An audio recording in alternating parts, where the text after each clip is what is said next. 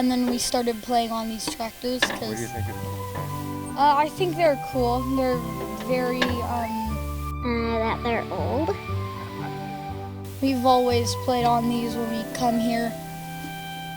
That's right. They always love climbing on things, making up their own little stories.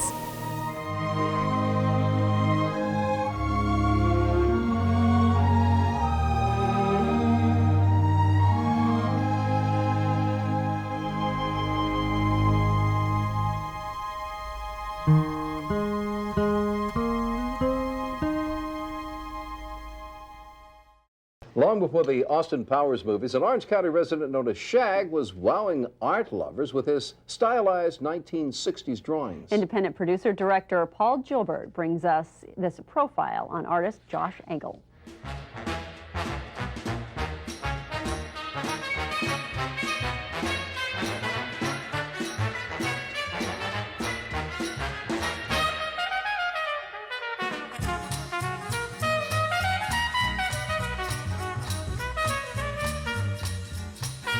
And I thought, oh, this is so brilliant, so Palm Springs, so mid-century modern, so early 60s, amazing, mod.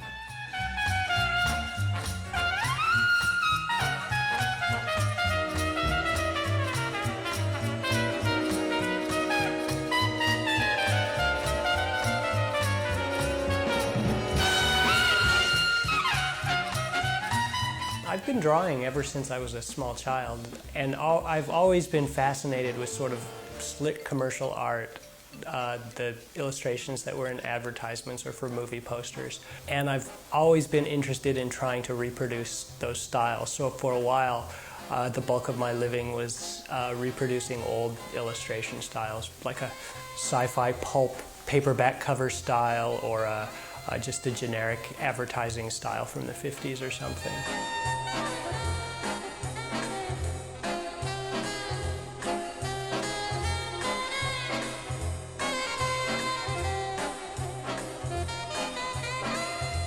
The paintings I make, I try to make them just sort of beautiful objects.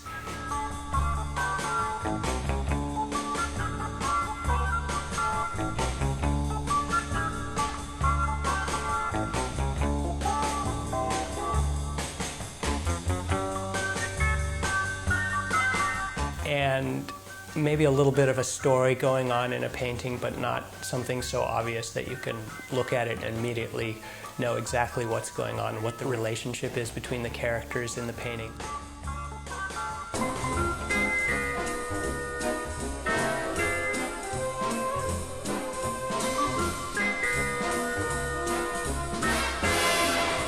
I met Shag at the Palm Springs Tiki Oasis through my friend Otto von Stroheim. We both kind of knew about each other through the modern and tiki scene for a little while. And I had seen his first painting in my friend's bar, and it was tucked away in little corners, not a very big painting. And I just thought, wow, that's really interesting.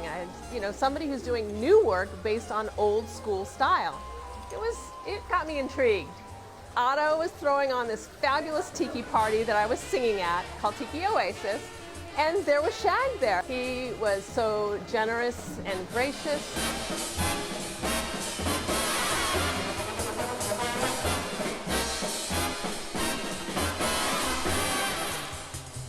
If you look at his picture of the Rat Pack from the My Way series, there's Frank, there's Sammy, there's Dean. They're hanging at the bar, and you know who it is from just a couple of little lines and the way that he captures their eyes.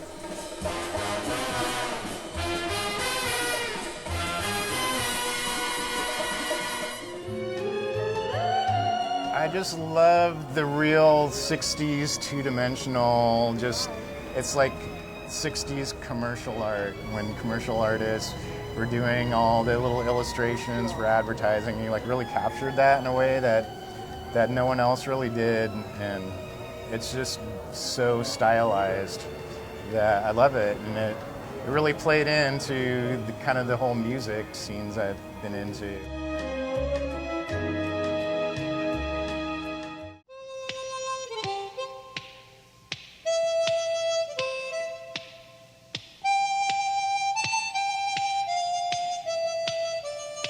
Well, I like the old-fashioned look. I don't really like the neon and the modern.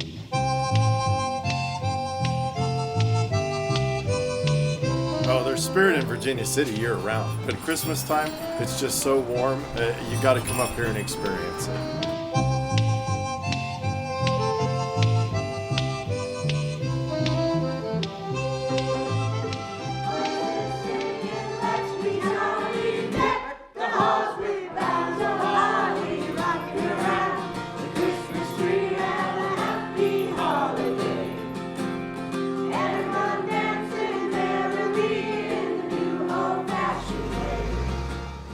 Christmas is a special time in Virginia City.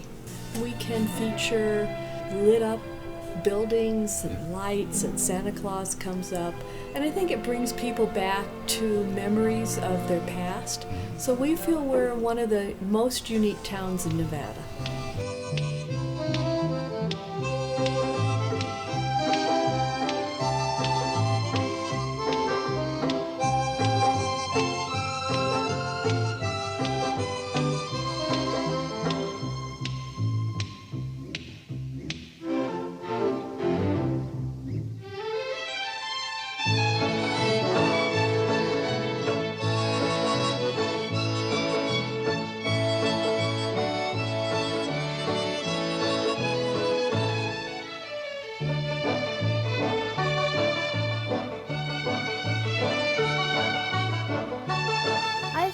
This is kind of where I belonged. I thought, like, this is the era where I'm supposed to be. This is where I love.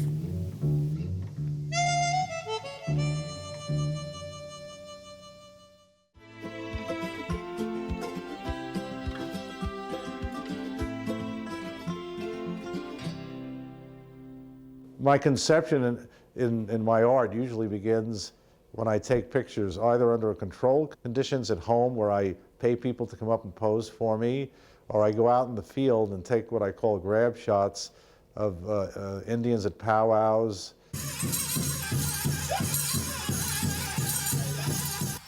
Powwows are interesting challenges for me.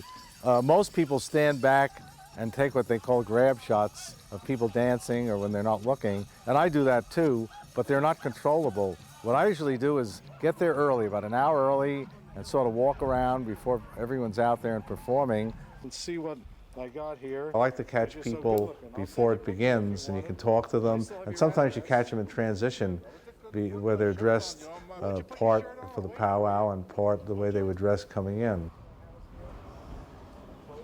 Oh, that's nice lighting, Mark. Hold on. I'm going to try a couple, okay? And if nothing else, you'll have a record of your life. You are better looking than me.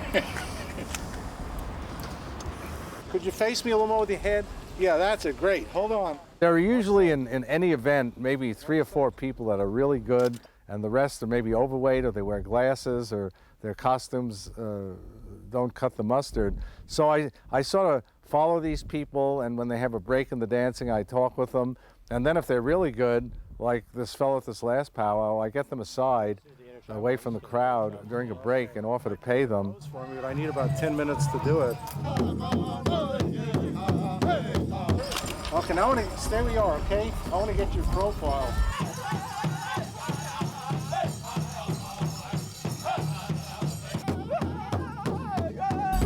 It's up to you. Now, one more time and I'll be done. If I could just turn you, please. Can you face me this side? Thanks. Thank you. One more time. This fellow was Greg Red Elk. I thought was the best looking one there. And he said he was dancing just for fun, not for prize money, but boy, he danced up a storm. He was a very intense guy. When I get my contact sheets, I look at them. And often, more than not, I combine heads and feet. It's hard to get one photograph that's perfect. I'll do a tissue. I'll do several tissues, however many it requires, either combining things, taking backgrounds out of context, and try and get something that makes a picture. It gives me the scale of the picture, a rectangle, a square, whether it calls for a large painting or a small painting. Then I do a color sketch. I may do 2 or 3 color sketches. I try and establish my color scheme. I always liken my paintings to a little operetta I try and establish the shape, the attitude of the model, the value scheme. I design my edges, I design my color scheme.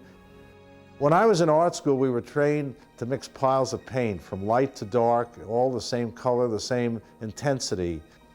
What I do is establish a color mood. I'll take a neutral color usually, especially if it's a vignette against a light background, or even if it's a middle or dark background. I will take a neutral color, and then I will key the whole painting to that color, and that establishes how I will do the painting. Now, any color that I add, be it red for a shirt or beadwork on an Indian, I will add it to the base color. I don't work out of the tube.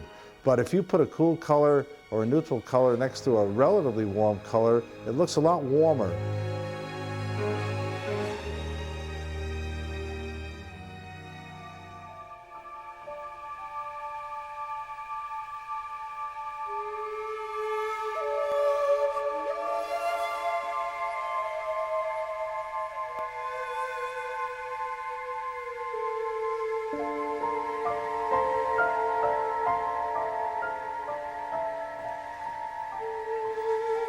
What I'm trying to do in my work out here is to use people who live out their fantasies by being cowboys or Indians and trying to perhaps recapture the past. And my fantasy is painting them, but I use them as symbols rather than in anecdotal situations.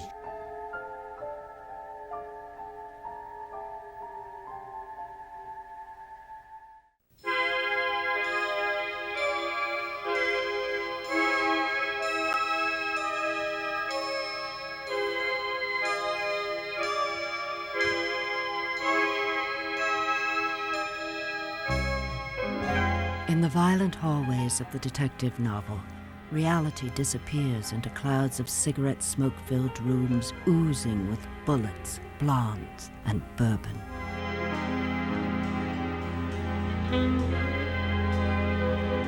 Within the pages of Mike Shane, Al Wheeler, and Shel Scott, the writers tease the characters with false leads, dead ends, and dangerous beauties.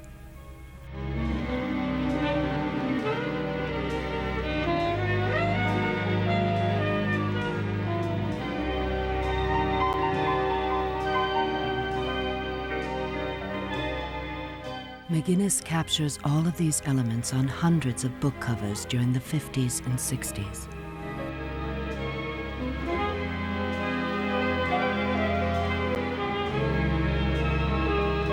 The detective paperbacks allowed McGinnis to incorporate beauty and brains with a taste of elegance within all of the murder and mayhem. The women were dominant in a man's world, and yet retained a sophistication that had not been seen on covers in the past. With Bob, the woman is always conscious there's a man watching her. The women in the pocketbook covers were relating to a man in a story, and they were in charge.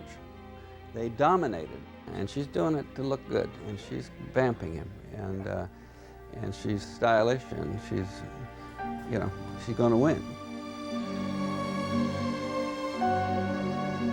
They wanted the girl on the cover to sell the pocketbook, and because the main characters are usually men, and the villainesses are often who he's painting, or the suspected villainess. But so there's a strength of character, and he's given them the glamour that he likes, but he's got to do a good job commercially, so he's going to give them what they want, and it's a kind of a merging of these passions.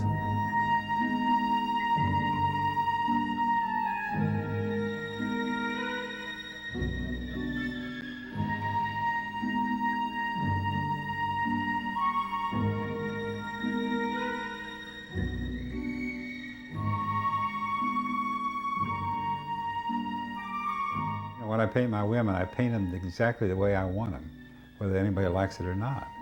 And I have an assurance inside of how I want it, and hope that somebody else likes it.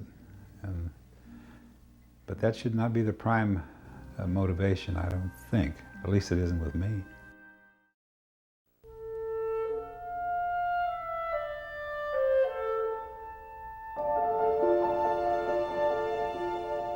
An artist's painting process is, in a sense, a personal diary of his technique, style, and emotions. This process is a combination of precise planning and improvisation. Here, for the first time, McGinnis opens his diary of how his canvas comes alive.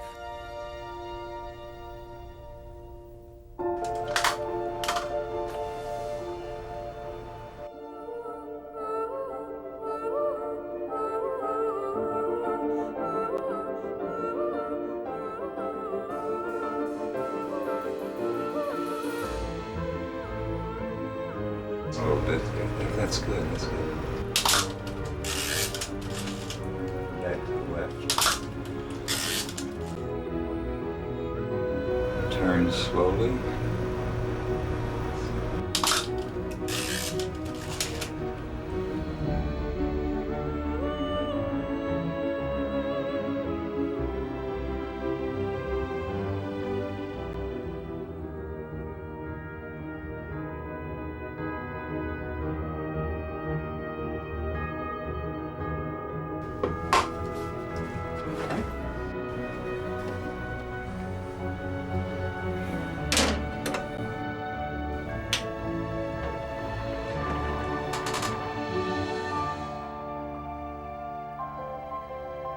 I usually start with the face and lightly go in with it, and I don't make a completely tonal drawing.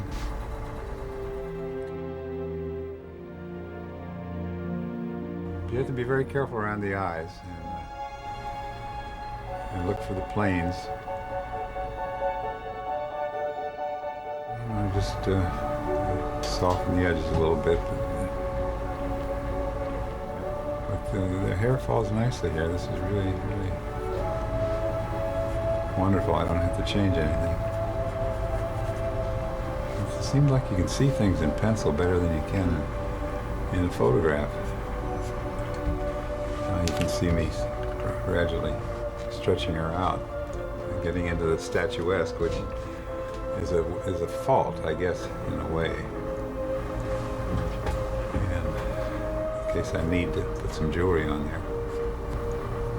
Very important to make it look natural. Not just surrender to slapdash technique on the surface too much. In fact, it would look better even coming out farther, so it would describe itself better.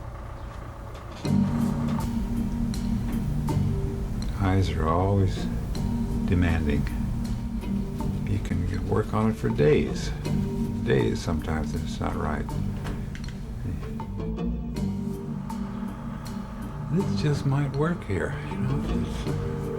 I've been wanting to use this for a long time, this marvelous bench.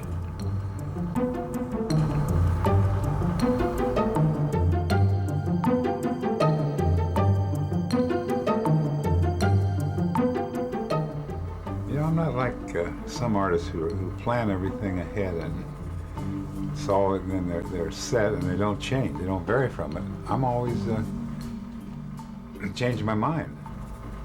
Indecision, it racks me, really.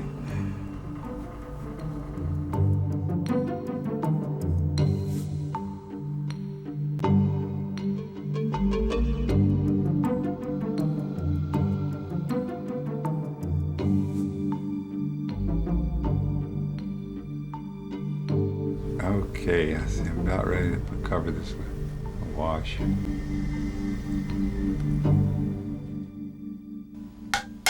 My painting technique is egg tempera. It's one of the oldest methods in history. You wash off the white. That's the idea. This, it'll break the seal and it'll fall in there. Put some water in the egg yolk and about 2 parts water to 1 part egg yolk, roughly. These are the earth pigments: titanium white, toluidine yellow. This is honey yellow. This is citrus yellow. Green earth, yellow ochre, burnt sienna, burnt umber, raw umber, chrome oxide green, vermilion, vermilion deep, and Terra Rosa, that's what that is. And this is topaz green. This is Sherwood green. This is the way the tempera comes. It comes in these jars, and it's from Permacolors in Charlotte, North Carolina. And they, it's the same company that Andrew Wyeth uses where he purchases his ground earth colors. So you put a little more in there and add some more distilled water. Stir it up and make a nice paste, fairly dense paste.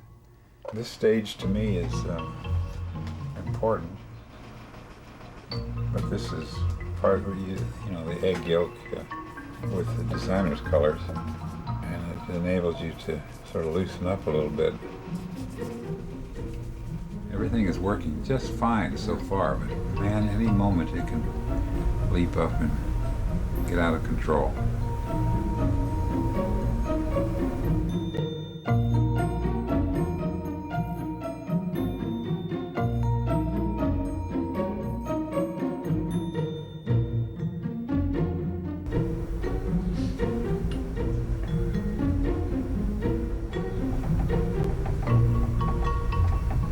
This is easy. Now you have to go back and pick out the detail.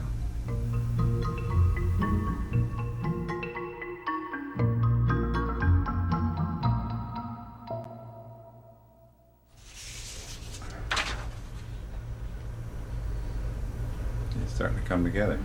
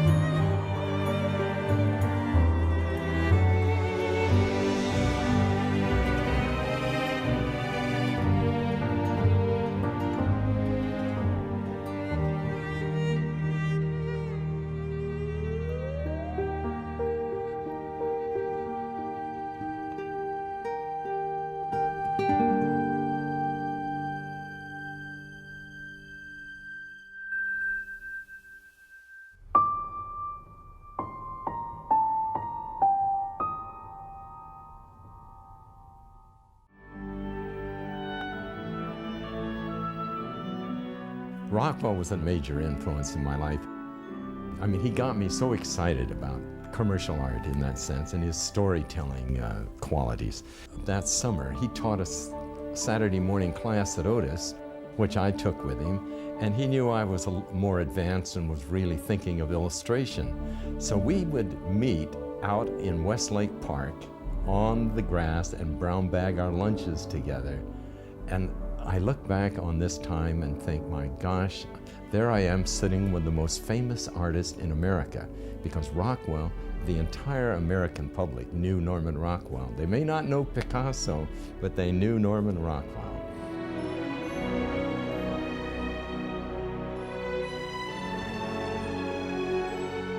His ability to take an ordinary person and enhance their character and give it somehow a universal appeal.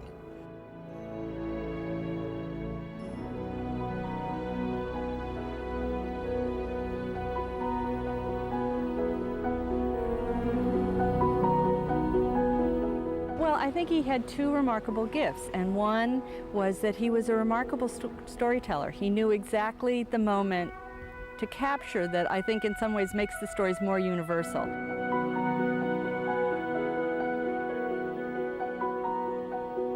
So he didn't paint the wedding, he painted the couple getting the marriage license. You know, he just knew when to capture the moment.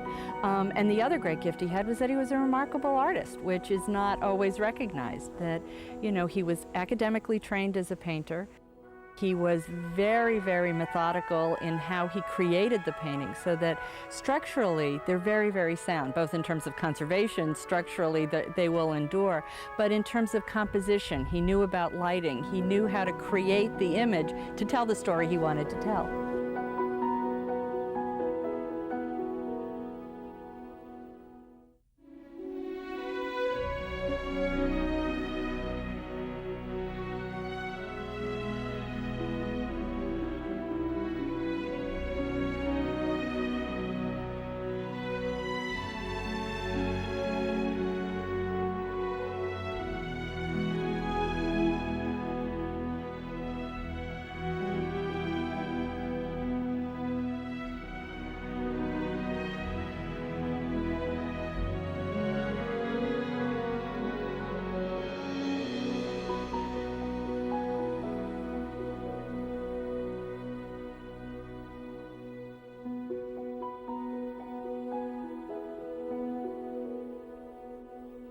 The expressions on the faces, everything in these paintings is just remarkable.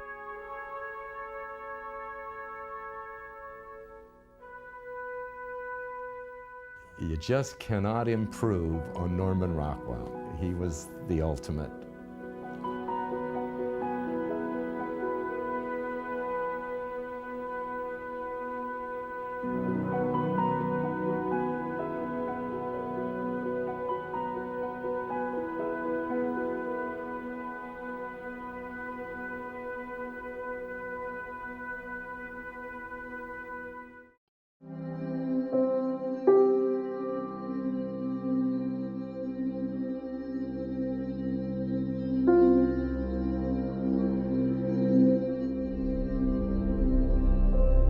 When I dance, I feel at peace. It just brings a lot of joy to me. Like, there's no other feeling in the world when I'm dancing. After I was accepted into the Boston Ballet summer program, I got injured and I tore the labrum in my hip.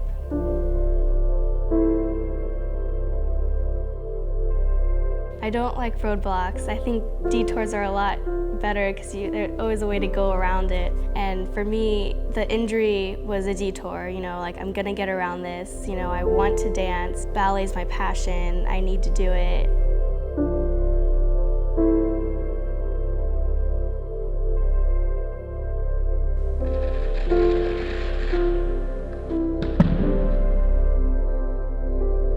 My name is Becky Johnson, and I choose to achieve.